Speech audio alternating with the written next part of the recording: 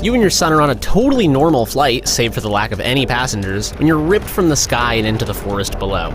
Too battered to intervene, you watch as an oil-slicked nudist cannibal takes your son from the wreckage like an armful of so much filet mignon. So begins The Forest, an open-world sandbox survival sim that, thank Christ, is not about zombies. With my son most likely rendered into beef stew somewhere within walking distance, I grab a convenient axe from my stewardess's chest plate, start hacking apart suitcases like a meth-addled TSA agent, and hike into the maw of the woodlands for a new life of vengeance. The perfect home presents itself quickly.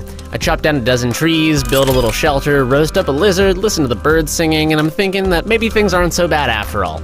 Oh, you gotta be f***ing kidding me. Alright, so this place is actually a horrifying cannibal hell realm of some sort, but, you know, they didn't eat me or murder me, they just sort of put me in a cave with oh god. There are some memories that only prescription drug abuse can erase.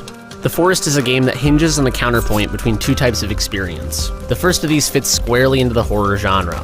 There's an ambient terror that hangs over every playthrough. Distant noises suggest encroaching death and prevent any tranquility lasting more than a naive second. Blood-soaked campsites and effigies constructed out of human remains are foreboding, to say the least, and create a ubiquitous sense of danger.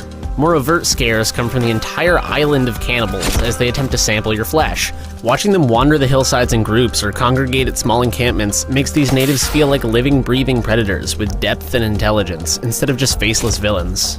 Then there's the unexpectedly beautiful side of The Forest. Oh god, not that. The beautiful side of The Forest. A serene cliff view calls you to adventure. Sweet little birds gather on your shelter. The stars hang like lanterns above. Reflected light plays off a cave wall. The novelty of exploration in this experience takes flight when rolling hills give way to explorable caves or a sea cliff with an abandoned yacht below.